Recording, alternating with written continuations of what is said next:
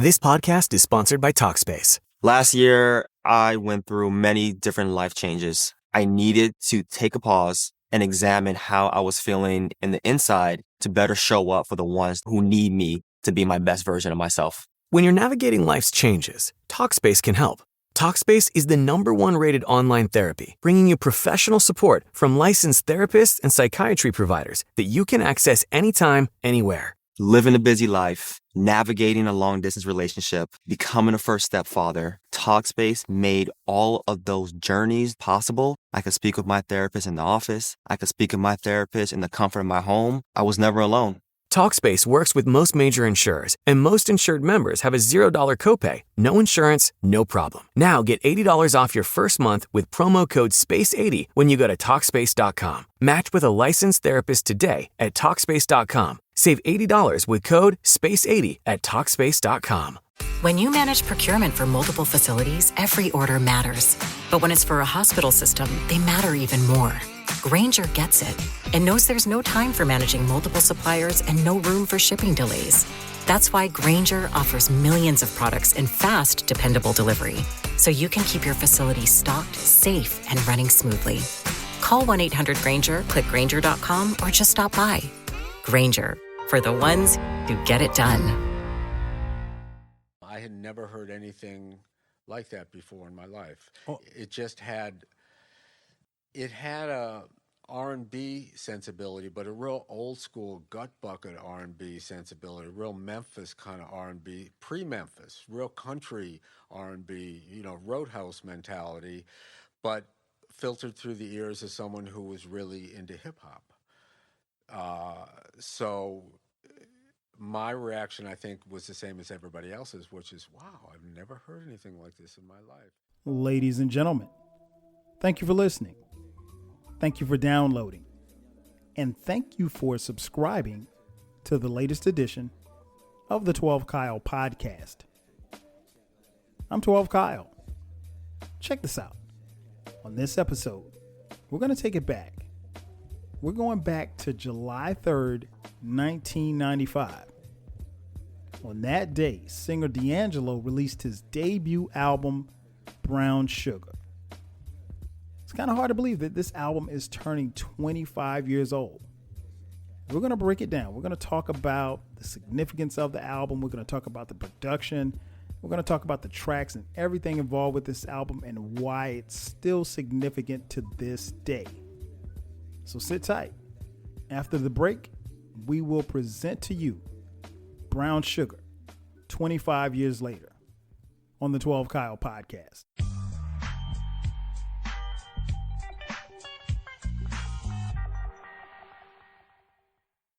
And just like that, we are back. Once again, it's your boy 12 Kyle. This is the 12 Kyle podcast. And we're talking Brown Sugar 25 years later. Man, it's hard to believe that this album is turning 25. This album was released July 3rd, 1995. I guess it goes without saying, if you've been following this podcast, you know how I feel about this album. I did another podcast probably about a year and a half or so ago with my homegirl, Janae. Shout out to Janae. We came on here and we talked about, we really compared and contrasted the two albums, the first two albums from D'Angelo, Brown Sugar and Voodoo. And not only did we do that podcast, but earlier this calendar year, I did a 20-year review of the Voodoo album, which, came after this album. But this one's turning 25, and it's really, really bugged out when I think about it, because I can actually remember how I was introduced to D'Angelo. It was kind of weird because I didn't know much about him. I think, unlike a lot of people, we didn't, this is 1995, so there was no internet, there was no social media, anything like that. So D'Angelo came to me, quite honestly, in the form of video. And I remember just kind of walking through the crib, and I think Video Soul was on BET. and the video for Brown Sugar came on, and I was it just made me kind of stop because, you know, this guy, he's talking to this older gentleman, and they're in this elevator, and, you know, the older guy trying to talk to him or whatever like that, and then they get off the elevator, and you know, he goes to this set, and he's, you know, this music being played, and the music kind of stopped me from the song Brown Sugar, and I just sat and watched the video, and I was like, okay, this is different. Like, it just really kind of stood out to me that it was something different. But I think one of the things that was very pivotal about that time frame is that, again, we're talking the summer of '95. For me, I was in college at the time at South Carolina State University, and music was different. At least for me, it was, because this was a part of the golden era of hip hop. So a lot of what I was listening to was, you know, pretty much hip hop. I really wasn't checking for R&B like that, not as much as I had in the past. And, you know, kind of stumbling upon this guy and this album, it changed a lot of things as far as how I felt, because honestly, the music, in my opinion, R&B was being watered down. It was not strong enough for radio, and just, you know, as far as to be thugged out, if you will. And it just didn't have the appeal that hip hop had. So, and you had a lot of, you know, people who were trying to kind of mesh the two of hip hop and R&B. So, you had all of that stuff going on, and here comes this album. And like I said, I'm watching this video, and this guy, he's got cornrows. He's sitting at this piano, and he's playing the piano, and he's got on this big jacket, and quite honestly, he looked like a rapper. It's kind of crazy to think about it like that, but he looked like a rapper. He didn't look like your quote unquote traditional singer. So he had that look, but he had this look also that made you kind of stop. Now, the ladies will say he looked cute. I don't know how cute D'Angelo is, but I mean, I'm just telling you, he had this certain look about him that didn't really look like a singer, didn't look like a rapper, but you could tell that he was somebody. And that was just off, you know, the first time that I saw his video. And then the more and more that I heard him sing, D'Angelo really reminded me of a couple of people. I could hear, like, even before hearing him in an interview, I could hear like Donny Hathaway. I could hear Marvin Gaye. I could hear Prince. I could hear Curtis Mayfield. It was like all of these artists that, you know, I think we all kind of, or at least us in that era, grew up listening to. And, you know, his sound kind of meshed with all of that. So that's the backdrop of hearing this album. I think the album had been out maybe a week or two before I actually went to go to the store to cop it. And unlike a lot of CDs back then, I actually paid for this CD. So I bought the CD, and I remember coming back to the crib and listening to this CD. And I remember distinctly playing it because when I got back home, one of my homeboys called me on the phone, and I was like, yo, I'm going to call you back.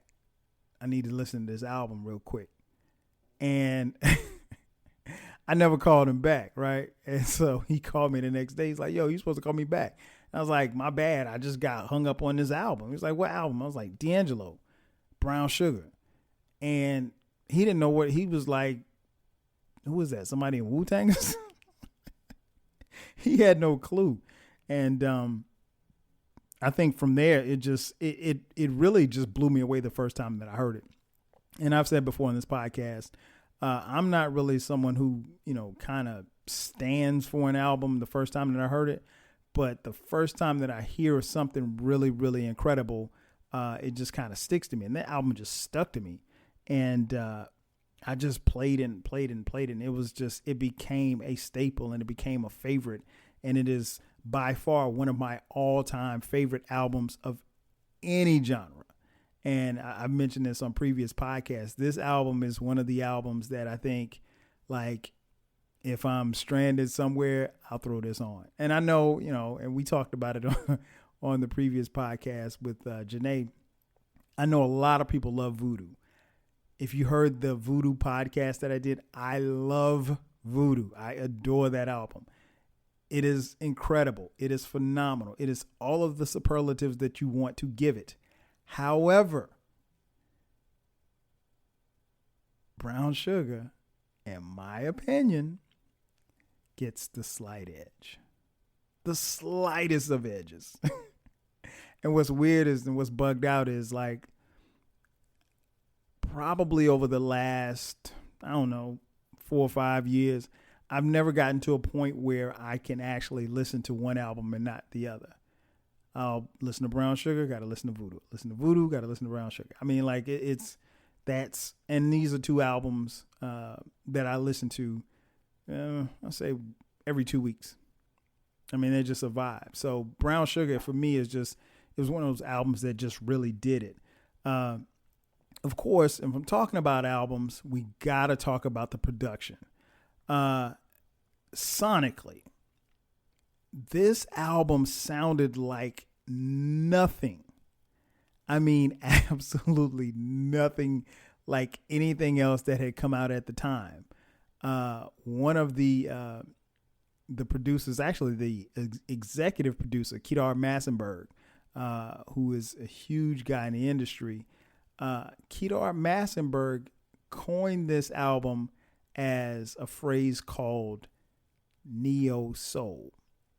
Now, prior to him saying that, I never heard the term neo soul. I'm pretty sure nobody had heard the term neo soul. I think D'Angelo pretty much despised that term because he didn't necessarily want to be boxed in. But this album was the first neo soul album that I could remember. It's the first one that kind of started the movement for the Erykah Badu's and Maxwell's and the Jill Scotts and the Music Soul Childs and on and on and on. I think this album started it, and it was such a dope movement that, I mean, it just couldn't be denied. And this album is the catalyst for it. But when you talk about production, obviously, one of the things that jumps out to me is that just in doing some background on this album, D'Angelo recorded this album on a 4-track recorder. And so everything that he had recorded actually ended up going to the studio, being remixed and redone and touched up, if you will. But he played all of the instruments. He sang all of the vocals, all of the background vocals. He wrote 90% of the album. The album was produced by some heavy hitters in the music industry. Obviously, Ali Shaheed Muhammad, you know him from A Tribe Called Quest. Who else produced this album? Like I said, Kedar Massenberg was the executive producer, but Raphael Sadiq from Tony,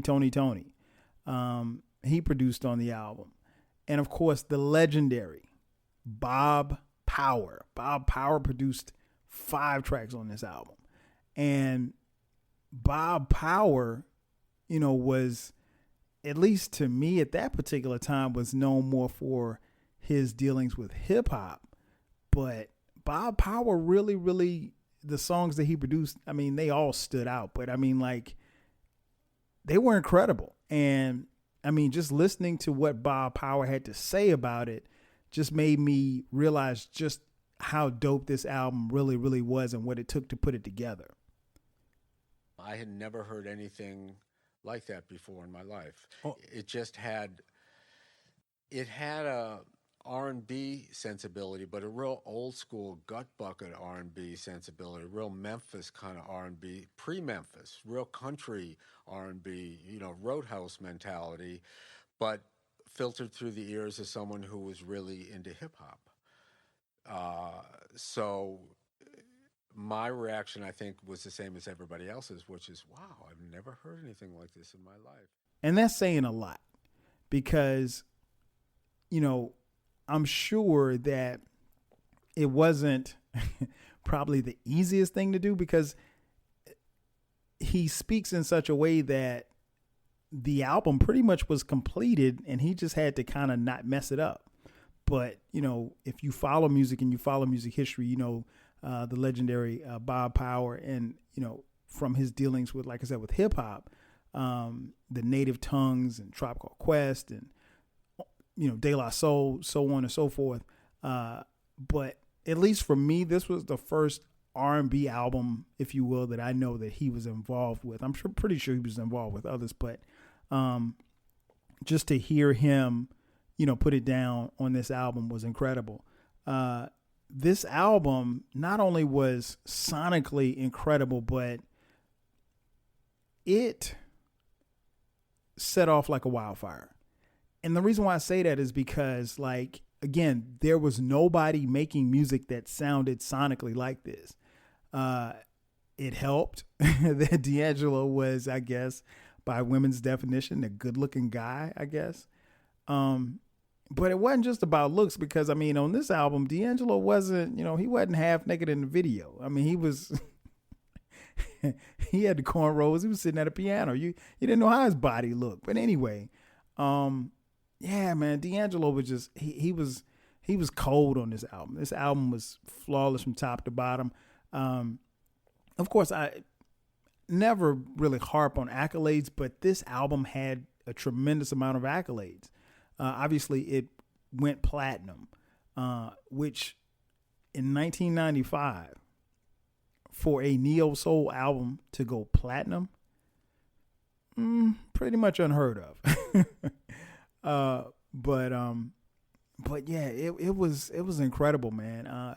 Like I said, not only did it go platinum, but nominated for a couple of Grammys. In 1996, it was nominated for Best Male R&B Vocal Performance, Best R&B Song, Best R&B Album, and then somehow it got nominated in 1997 for Best Male R&B Vocal Performance again. Surprisingly, it didn't win a Grammy. I probably should go back and see who the idiots were that they chose to give a Grammy to. Of course, I'm being biased, but this album definitely was worthy of its Grammy nominations, and it should have won probably all of the Grammys that it was nominated for. But just an incredible album, incredible production. Like I said, Bob Power did 5 tracks. Ali Shaheed Muhammad, he did Brown Sugar. He produced the title track. And of course, D'Angelo did a lot of the production himself along with Bob Power.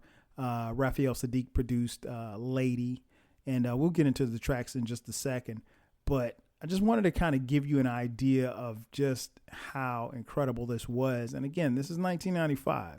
We're in the middle of the heyday of, the golden era of hip hop. And this guy drops this album out of nowhere. And again, D'Angelo's not a guy coming from New York or LA. He's from Richmond, Virginia, right? He's the son of a preacher, and he's virtually, or at least appears to be, someone who is very, very shy, but someone who is incredibly talented. But this album, flawless. I tell you what, let's take a quick commercial break. We'll hear from Bob Power, and on the other side of the break, we'll get into the tracks. Sit tight. We'll be back in just a second.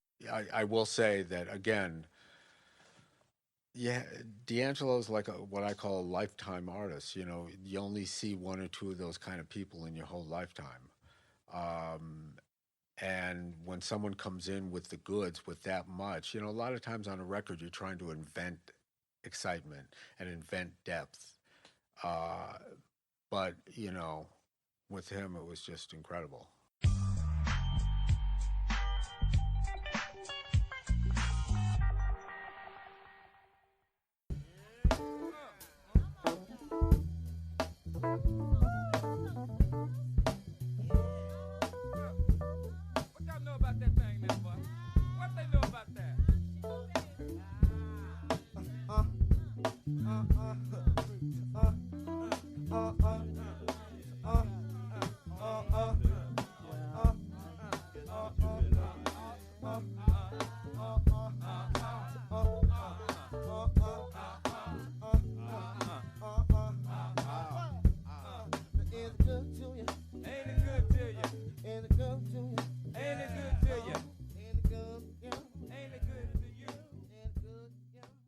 And just like that, we are back.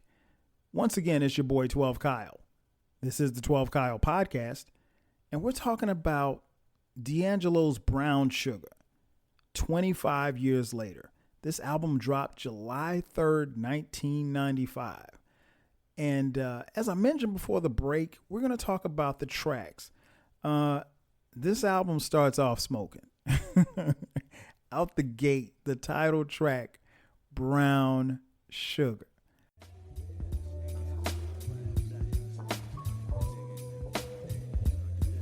Let me tell you about this girl, maybe I should. I met her in Philly, and her name was Brown Sugar. See, we be making love constantly, that's why my eyes are a shade blood burgundy. The way that we kiss is unlike any other way that I be kissing when I'm kissing. What I'm missing, won't you listen? Brown sugar, babe, I guess high up your love, I don't know how to behave. Brown sugar.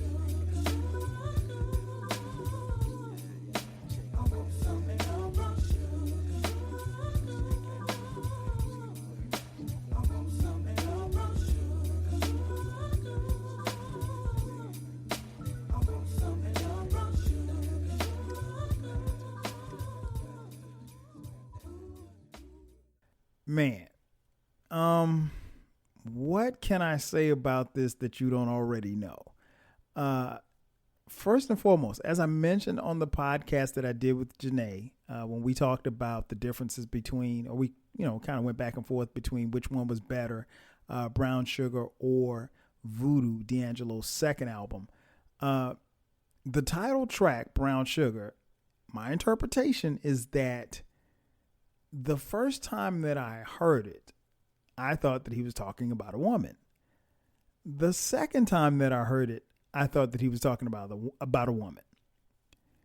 By the fourth or fifth time that I listened to it, I realized that he wasn't talking about a woman. He's actually talking about weed, marijuana, ganja, reefers, left-handed cigarettes, whatever you want to call it. But it's a great double entendre because you could make a case that he's actually talking about a woman. And as I referenced on that podcast, it's kind of like what Rick James did with the song Mary Jane back in the day. I, as a young kid, thought that Rick James was talking about Mary Jane, a woman. Come to find out later that he was talking about weed. And so in my mind, this is what D'Angelo is talking about. And it is brilliant. Skin is caramel with coca eyes. Even got a big sister by the name of Chocolate Tie. That's dope. And I don't even smoke weed.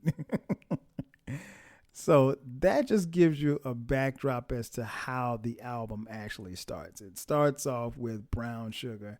As I mentioned, that was the video that was released. Incredible song. And that just kind of, it gives you a glimpse as to, like where D'Angelo's going with this album. And it just really, really took off from there. Like I said, just being a fan, the first time I heard it, I was like, what is this? Then we go into track 2. All Right.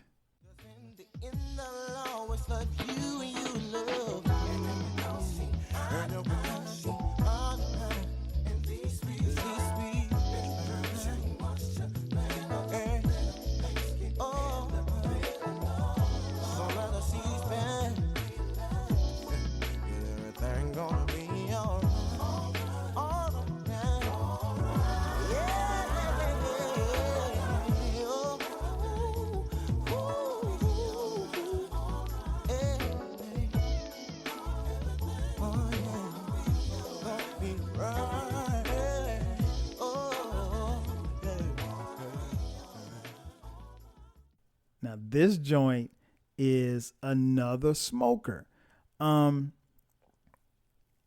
This one kind of, it reminds me of Church a little bit because there's a little gospel feel, and especially in his background vocals, but he's just letting her know it's going to be all right. Everything's going to be all right.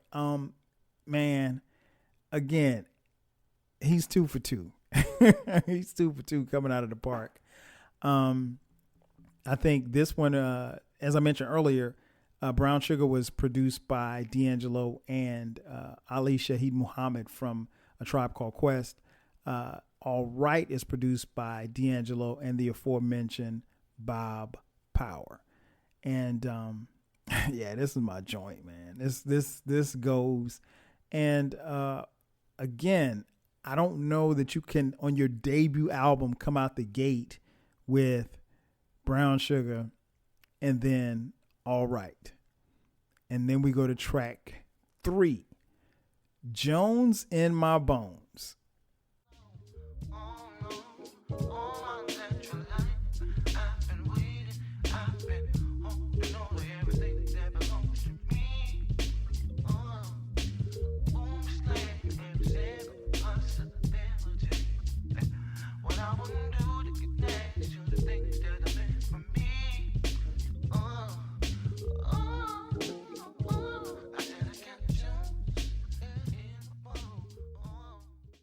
Man, listen. This one is produced by D'Angelo, but co-written by D'Angelo and singer Angie Stone. Now, some of you may know that D'Angelo and Angie Stone for many years was his background singer and co-collaborator, and they also had a child together. But Jones in My Bones is just funky. It is him on that keyboard, and the sonically. Again, I'm trying to impress upon you because even to this day, 25 years later, it still sounds funky as hell. Like this is one of the songs I think that could have been, or actually it probably gives you a better preview as to what was going to come on Voodoo. It could have easily been on Voodoo, but this one is cold, man. It's D'Angelo jamming, and it's another standout track. Then we go to track 4, Me and Those Dreaming Eyes of Mine.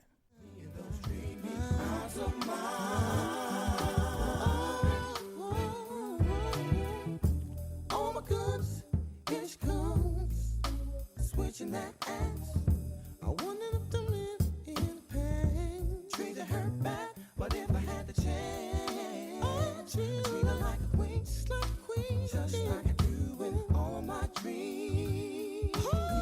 Yeah. Whew. Listen, what can I say about this album? You just have to. I mean, what can I say about this song? You just really have to hear it to really understand what it was he was trying to accomplish on that song. Yeah, man, I love this joint. This is also produced by Bob Power and D'Angelo. One of my favorite tracks on the album. This is smooth, man. This is, you almost kind of run out of superlatives when you talk about this album because you don't want to sound redundant, but this is just dope ass neo soul. And the great thing about this album is, you know, it's not that D'Angelo is like over sexual or over aggressive. It's smooth. It's on some cool out shit. And I mean, like, honestly, in 95, we were all on some cool out shit. I mean, at least I was, me and my crew. But yeah, it's a dope ass song, man. Dope ass song. Then the album kind of shifts a little bit. Not necessarily for the worse, but this album goes up another notch when you get to track 5. Track 5 Shit, damn, motherfucker.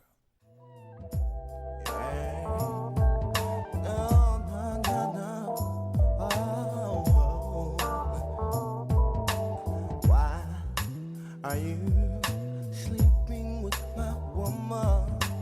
Why are you sleeping with my woman?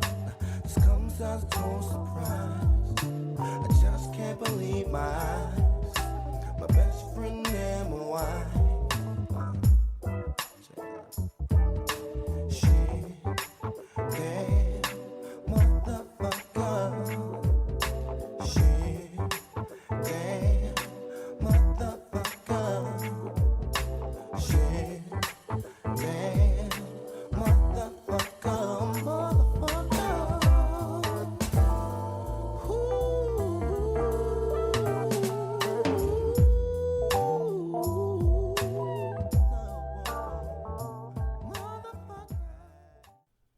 Now, I don't know how you can sit down and say, hey, we're going to write this song and we're going to call it Shit Damn Motherfucker, or SDMF, as it's seen on the YouTubes.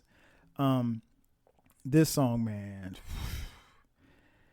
this song obviously is about infidelity. I mean, D'Angelo's best friend and his woman, you know, have been sleeping around, and he kills them. And he actually has the nerve to ask them, why are you bleeding so much? I mean, like, you just killed him. You found him butt ball naked and you killed him. Man, listen, this song is so crazy. I got a chance to see D'Angelo on tour, and this is the only time I've ever seen him live, on the Brown Sugar tour. And he did Shit Damn Motherfucker, the rock version.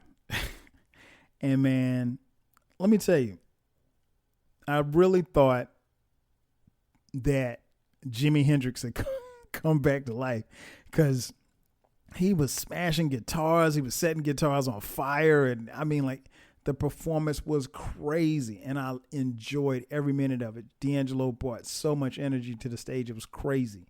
But yeah, Shit Damn Motherfucker. If you're familiar with the movie The Best Man, you remember the scene in which this is being played. The song is being played. Crazy, crazy joint. Love this song.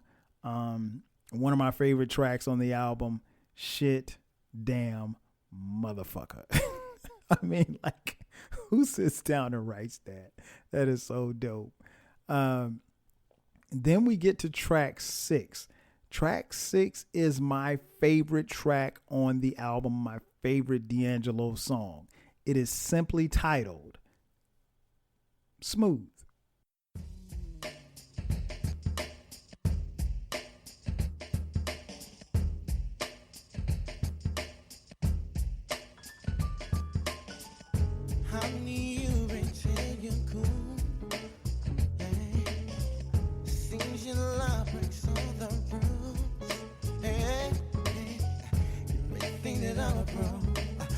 Never seem to keep my control. I can't stand the taking so slow. Ooh, look at you, yeah, you're so smooth. Oh, when I'm around you, I can't keep my cool. Hey, look at you, you're so smooth. Oh, when I'm around you, I can't keep my cool. I'm so used to getting what I want, or when I want it, and when I want it. But in your field, I'm experienced, so inexperienced. Oh, hey baby, I'm delirious. And it is just that. It is just that. Smooth, man. Oh my gosh. This song is so incredibly dope to me. he's singing to her and he's telling her, like, look at you, you're so smooth. When I'm around you, I can't keep my cool. Now, that might not be much to some of you who, you know, couldn't come outside in 95 or you're just a little too lame. But like, to be a guy and to recognize that this woman has you so jammed up that you can't even be cool around her, man, that's everything. That's everything. Again, my favorite track on the album, my favorite D'Angelo track, Smooth.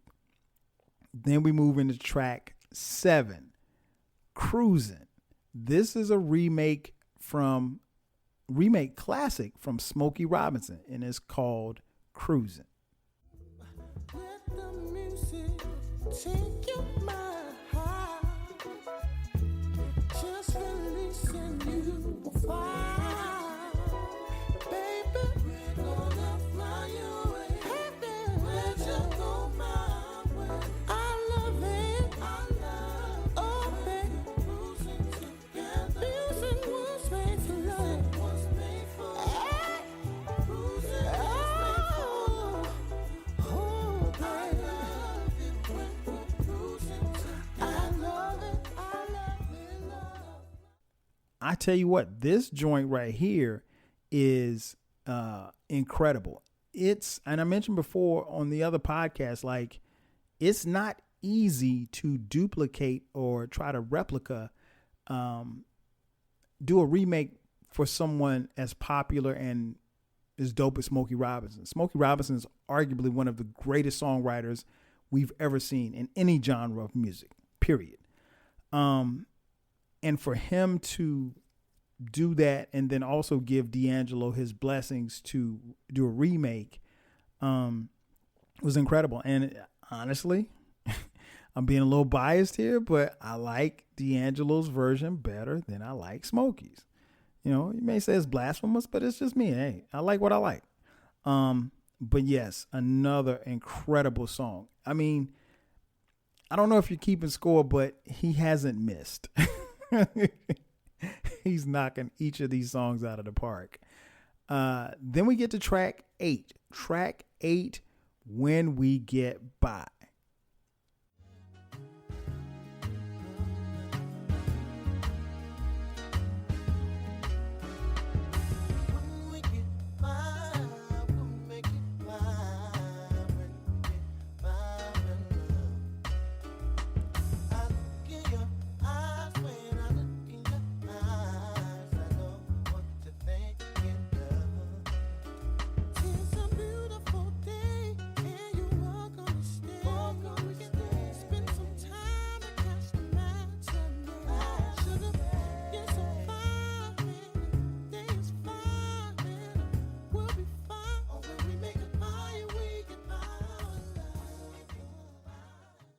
Now, this joint here is a jam. I mean, like, it takes you to a place where you're just, like I said, on some cool out shit. Like, it's a vibe, man. This is the epitome of what a neo soul song should sound like. And I think one of the things that I think people really didn't get was a song like this back then. I think this song resonates with people now much more than it did back then, but a phenomenal song, man. Phenomenal song. I never get tired of hearing this song. When We Get By is the jam. Then we move to track 9. Track 9, Lady.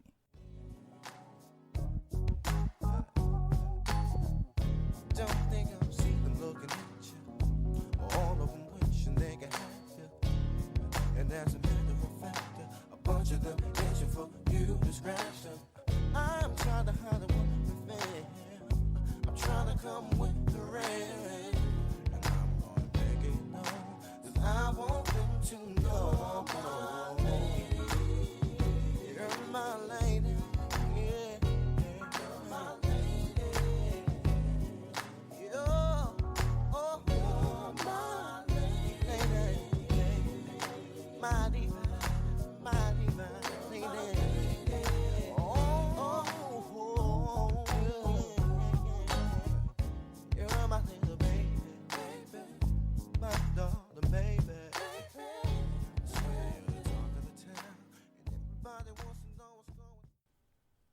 Yes. This is, it's hard to rank these songs, but this is probably my second favorite song on the album. I mean, he tells you and Janae mentioned it on the podcast that, you know, every woman wants to feel like that. Like a guy's like, yo, this is shorty right there. That's my girl. Like, and be proud of her. Like, I see the dudes checking for her, but nah, you can't have her. That's mine right there. That's me. Shorty right there with the finger waves. That's me right there. Yeah, man, this is dope, man. Of course, there was the remix to it as well. Shout out to Primo and AZ on the remix. But yeah, this one's probably my second favorite song. Again, produced by D'Angelo and Raphael Saadiq. I love this joint, man. I love it. And it's one of those joints that I never get tired of playing, along with this whole album, man. I could say that about the entire album, but still, incredible joint, incredible. And it's another song that you just vibe to it, and got a dope video to it as well. And last but not least, the final track, Higher.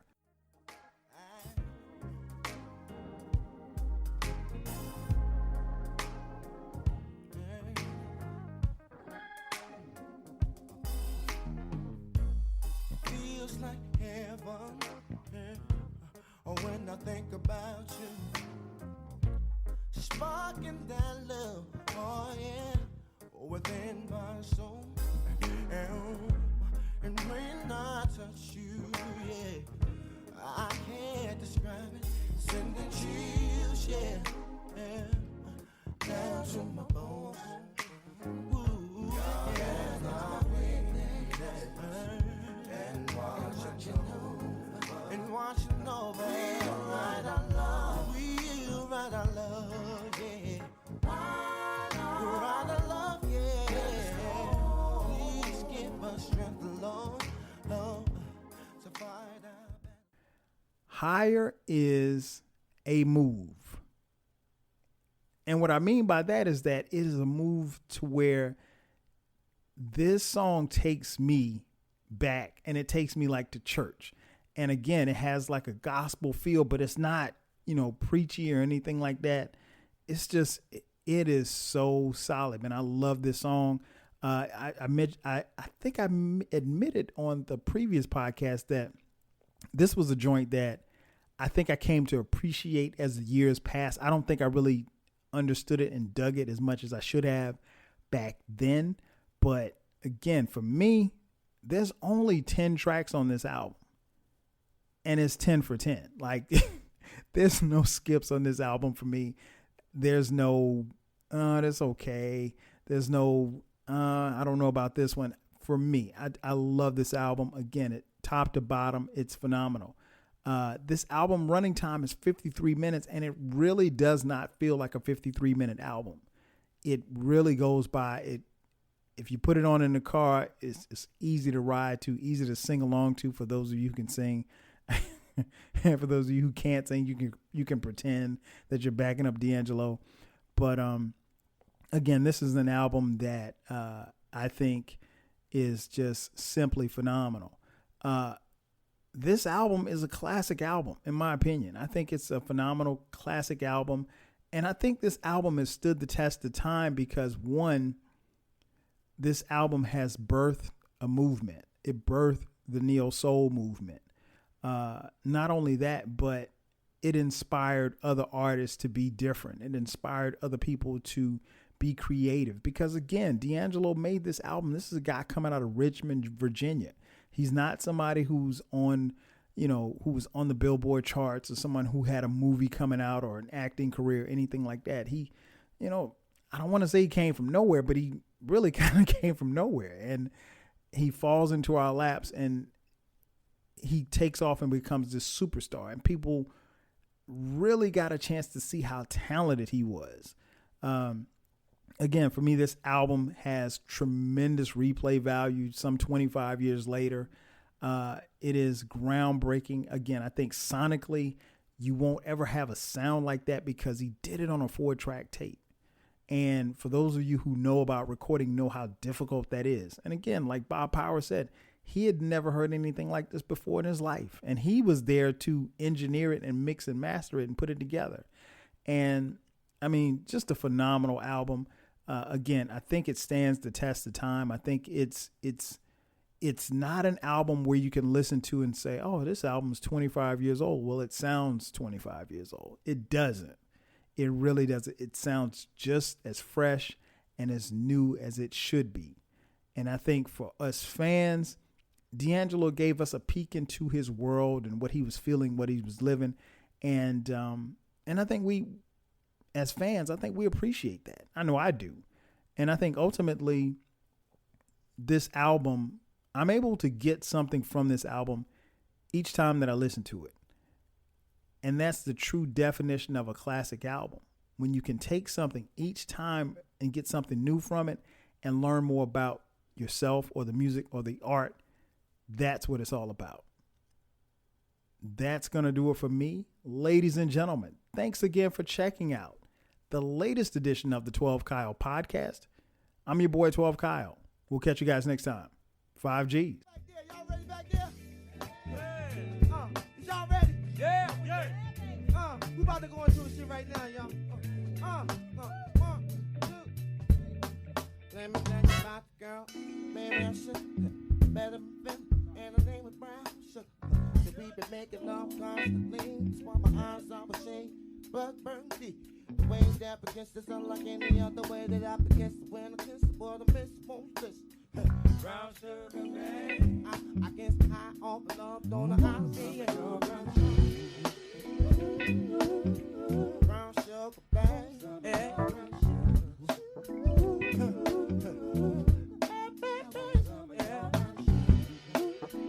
All night, brown sugar, man. Yeah.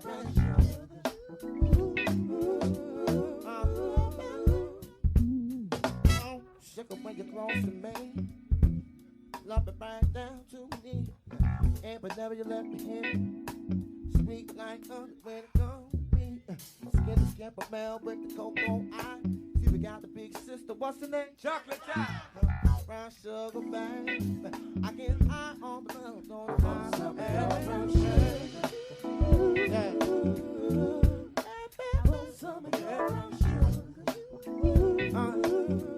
All my baby.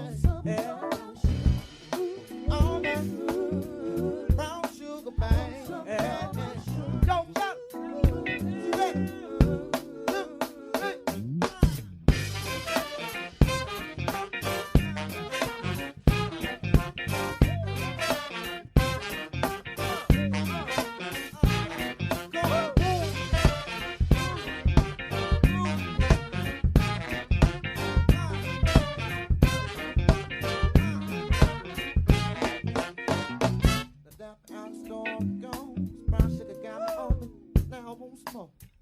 Always down for all my thighs and swap. But I think I'm here to solo, hold my niggas don't mind. They got my tongue good, I'm ready to hit the pretty, whip a twist. Nobody think y'all hit what? Brown sugar, bang. I get high on love, don't I? Brown sugar. Bang. I want some of your brown sugar. I want some of your brown sugar.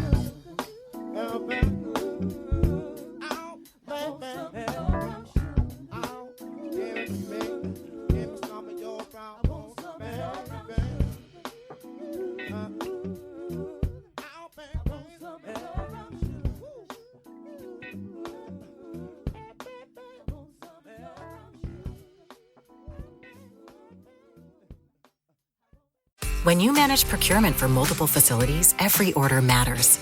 But when it's for a hospital system, they matter even more. Grainger gets it and knows there's no time for managing multiple suppliers and no room for shipping delays. That's why Grainger offers millions of products in fast, dependable delivery, so you can keep your facility stocked, safe, and running smoothly. Call 1-800-GRAINGER, click Grainger.com, or just stop by. Grainger, for the ones who get it done. Maybe you recognize this voice. Andy Betterman here of the injury law firm Greenberg & Betterman. For over 35 years, we've been helping people in the DMV with auto accidents and medical malpractice. Get a free consultation by visiting gblawyers.com and feel better.